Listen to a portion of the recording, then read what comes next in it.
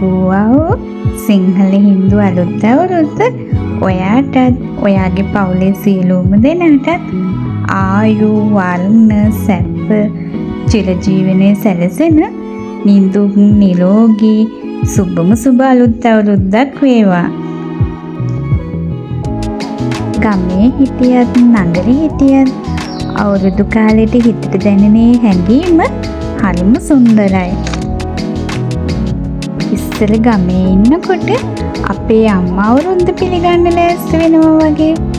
බැරි කරාට පස්සේ හස්බන්ඩ්ගේ ගෙදර අවුරුදු සමරනකොට එයාගේ අම්මා අලුත් අවුරුද්ද පිළිගන්න ලෑස්ති වෙනවා වගේ.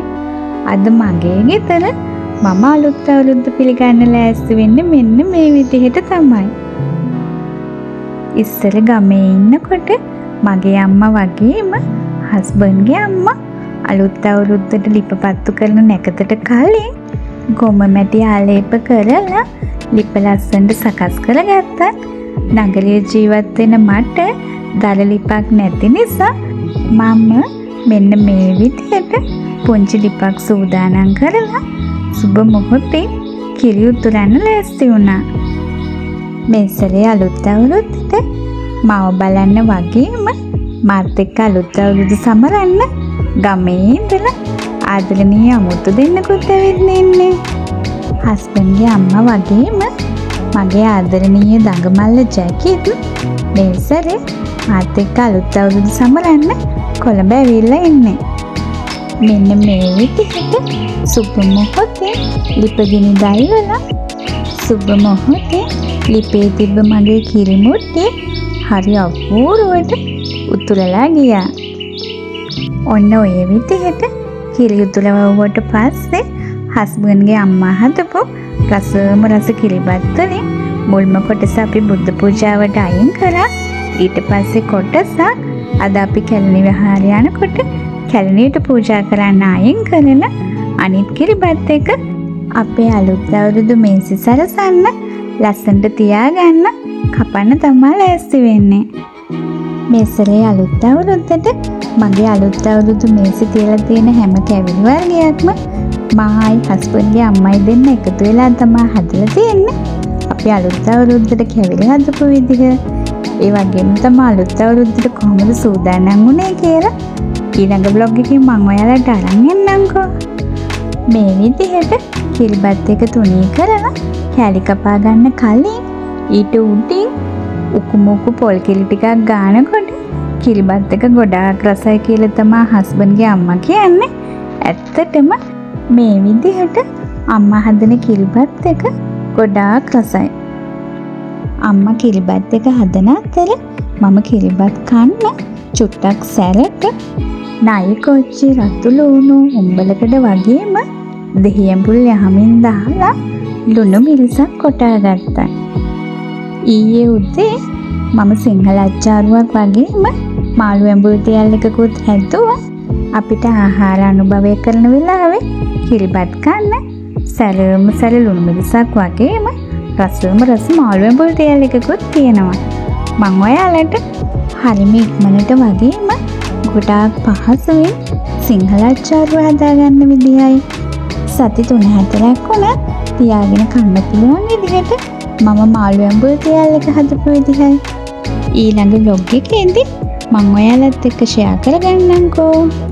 ඇත්තටම අලුත් අවුරුදු සමරන vlog එකට කලින් මම අලුත් අවුරුද්දට කොහොමද සූදානම් වුනේ කියලා ඒ vlog එක ඔයාලට අරන් එන්න තමයි හිතුවේ. නමුත් චුට්ටක් විතර කාර්යබහුල වුණ නිසා මට ඒ vlog එක edit කරගන්න බැරි වුණා. මම ඔයාලට පුළුවන් තරම් ඉක්මනට ඒ වීඩියෝ එකත් අරගෙන එන්නම්. මෙන්න මේ විදිහට තමයි අලුත් අවුරුද්දේ සුබ මොහොතේ අපි ආහාර අනුභවය කරන්න කලින් බුද්ධ පූජාව සකස් කරගත්තේ. ඔන්න ඉතින් ගෙදරම හදාගත්ත රස කැවිලි වලින් මම මේ විදිහට තමයි මගේ අවුරුදු මේසෙ සූදානම් කරගත්තේ.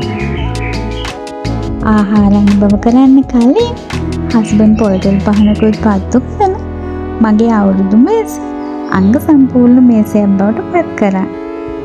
මම මේ අවුරුදු මේසෙ මැද්දෙන් බුලත් කොටයක් උඩින් සල්ලි තියලා තියෙන්නේ. නැකතට හස්බන්ඩ් එක ගනුදෙනු කරන්න. හස්බන්ඩ් එක ගනුදෙනු කරන එක වාසීනේ. එයත් එක්ක ගනුදෙනු කරනකොට මට වැඩිපුර සල්ලි ටිකක් හම්බ වෙනවනේ. නෑ ඉතින් මම දන්නවා එයා මට කොහොමත් ආදරේ කියලා. මම මෙච්චර කාලයක් ගමේදී අලුත් අවුරුද්ද සැමරුවේ. මේ ෆස්ට් ටයිම් තමයි මම මගේ ගෙදරදී, ඒ කියන්නේ කොළඹදී අලුත් අවුරුද්ද සමරන්නේ. ඇත්තටම මේ පැත්තේ චාරිත්‍ර ගැන මම ගොඩාක් දන්නේ නැහැ. මම පස්සේ තමයි දැනගත්තේ මගේ හස්බන්ඩ්ගේ යාළුවෙක්ගේ මේ පැත්තේ අලුත් අවුරුදු මේසෙට අනිවාර්යෙන්ම හත්මාළුව හදනවා කියලා. මගේ ගමේ වගේම හස්බන්ඩ්ගේ ගමේදී අවුරුදු සමරන්නේ ඒ වගේ සිරිතක් තිබුණ නැති නිසා ඇත්තටම මම දැනන් හිටියේ නැහැ අවුරුදු කෑම මේසෙට හත්මාළුව තියෙනවා කියලා. මගේ ගමේදී වගේම හස්බන්ඩ්ගේ ගමේදී නම් අපි අනිවාර්යෙන්ම අවුරුදු චාරිත්‍ර වලින් පස්සේ බුලත් අතක් අරන් ගිහිල්ලා ගමේම ඉන්න වැඩිහිටියන්ට බුලත් දීලා කතා කරලා එයාලගෙන් ආශිර්වාද ලබා ගන්නවා. ඒ වගේම තමයි අපි ගමේදී කැවිලි හෝමාරු කර ගැනීම සිදු කරනවා. නමුත් මම මෙහිදී නම් ඒ චාරිත්‍රය දැක්කේ නැහැ. සමහර විට අපේ ගම්වල නම් ගොඩක් වෙලාවට අසල්වැසි ගෙවල් වල ඉන්නේ මොකක් හරි ඥාතිත්වයක් තියෙන කෙනෙක්නේ. ඒ නිසා වෙන්න ඇති වගේ චාරිත්‍රයක් ගමේ තියෙන්නේ. නමුත් මේ නගරේ ඇත්තට මෙහිම ඥාතිත්ව හිතවත්කම් ගොඩක් දුරට අඩුයිනේ. ඒ නිසා වෙන්න ඇති සමහර විට අසල්වාසීන් එක්ක කැවිලි හුවමාරු කරගන්න චාරිත්‍රයක් ඇත්තේ නැතුව ඇත්තේ. ගමේදී වගේම මෙහිදීත් අලුත් අවුරුද්දට සති ගානකට කලින් ඉඳලා කොහාගේ සද්දේ හතර අතින් ඇහෙනවා. රතිඤ්ඤ පුපුරන සද්දේ, මල් වෙඩි, අහස් කූරු, ඒ හැමදේම වගේම ගස් කොළන් වල තියෙන වෙනස, ඒ වගේම අපිට දැනෙන කාර්යබහුලත්වය, මේ හැමදේමත් එක්කම ගමේදී නගරේදී කියලා වෙනසක් නැතුවම අවුරුදු සිරියාව වගේම අවුරුදු කියලා අපේ හිතට දැනෙන හැඟීමත් අඩුවක් නැතුව මට දැනුණා. අසල්වාසීන් එක්ක කැවිලි හුවමාරු කරන චාරිත්‍රයක් මෙහි නැති වුණාට අපි ගොඩක් ළඟින් ආශ්‍රය කරන හිතවතුන් කීප දෙනෙක් බලන්න අපි ගෙදරම හදුම් කැවිලි පෙවිලිත් අරගෙන නෑගම් ගියා.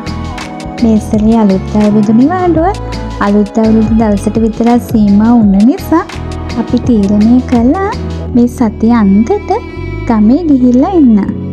මගේ වගේම හස්බන්ඩ්ගෙත් නෑදෑයෝ සහෝදර සහෝදරියෝ සියලු දෙනාම ඉන්නේ ගමේනේ.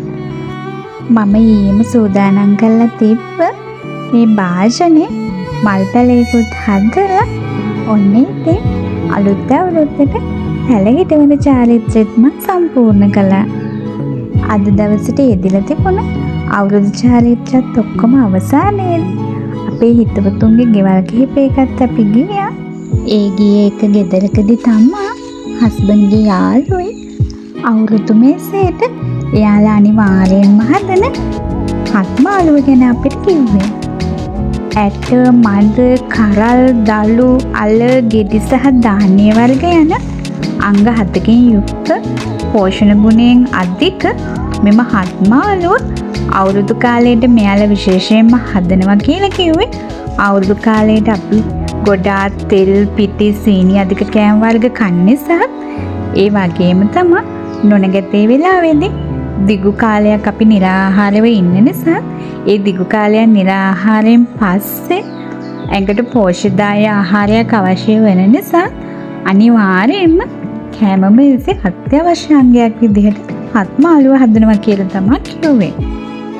කොස්සට සහ කජුමද අනිවාර්යයෙන්ම යොදා ගන්න මේ හත්මාළුවේ කරල් වර්ගයකට මෑ කරල්, දළු වර්ගයකට වට්ටක් අදළු, අල වර්ගයකට කිරියල හෝ ඉන්නල, ඒ වගේම තමයි වම්බටු, ධාන්‍ය වර්ගයකට පරිප්පු, මේ දේවල් එකතු කරලා පොල් කිරින් හින්වගෙන හදාගන්න මේ හත්මාළුව කිරිබත් කන්න වගේම බත් කන්න රසම රස කරි එකක් විදිහට අවුරුදු මේසේ අනිවාර්ය අංගයක් විදිහට මේ පැත්ත හැම ගෙදරකම හදනවා කියලා තමයි අපිට කිව්වේ. ඔන්න ඉතින් ඊට පස්සේ අම්මටත් කැලණි විහාරේ වඳින්න යන්න ඕනේ කියපු නිසා අපි ඊළඟට වන්දනාමාන කටයුතු සඳහා කැලණි පන්සල් ගියා. ඔන්න ඔය විදිහට තමයි මගේ අලුත් අවුරුද්ද දවස ලස්සනට ගෙවිලා ගියේ.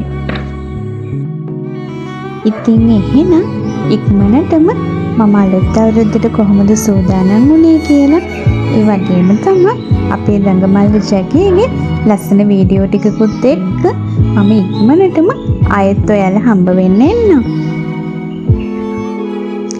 අදට මම ගිහිල්ලා එන්නම්. ඔයාලා සියලු දෙනාම සතුටින් පරිස්සමින් ඉන්න. ඒ වගේම තමයි මගේ channel එක subscribe කරලා දිගටම මාත් එක්ක නැදී සිටින්න කියලා මම ඔයාලා සියලු දෙනාගෙන්ම ගොඩාක් ආදරෙන් ඉල්ලා සිටිනවා.